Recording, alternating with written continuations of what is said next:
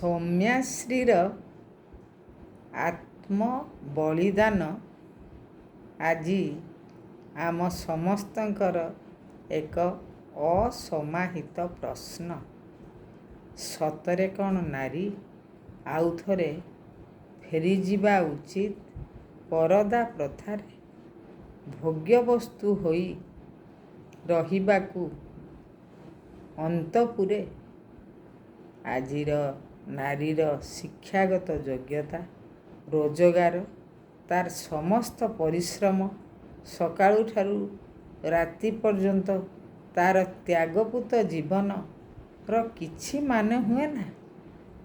କନ୍ୟା ଭ୍ରୂଣ ହତ୍ୟାଠାରୁ ଜାୟା ଜନନୀଙ୍କର ହତ୍ୟା କିଛି ବି ପାପ ଲାଗେ ନା ସଂସାରର କାହାରିକୁ? ତାହେଲେ ଆଜି ଏକ ପ୍ରଶ୍ନ ସମସ୍ତଙ୍କ ପାଇଁ, ସତରେ କ'ଣ ନାରୀ ଅଲୋଢ଼ା ଏ ସଂସାର ପାଇଁ? ନାରୀ ବିଷୟରେ ଭାବିବାର ଆମର ସମୟ ଆସିଛି। ଆପଣମାନଙ୍କୁ ଅନୁରୋଧ, ଆପଣମାନେ ଏହାର କରନ୍ତୁ ସମାଧାନ।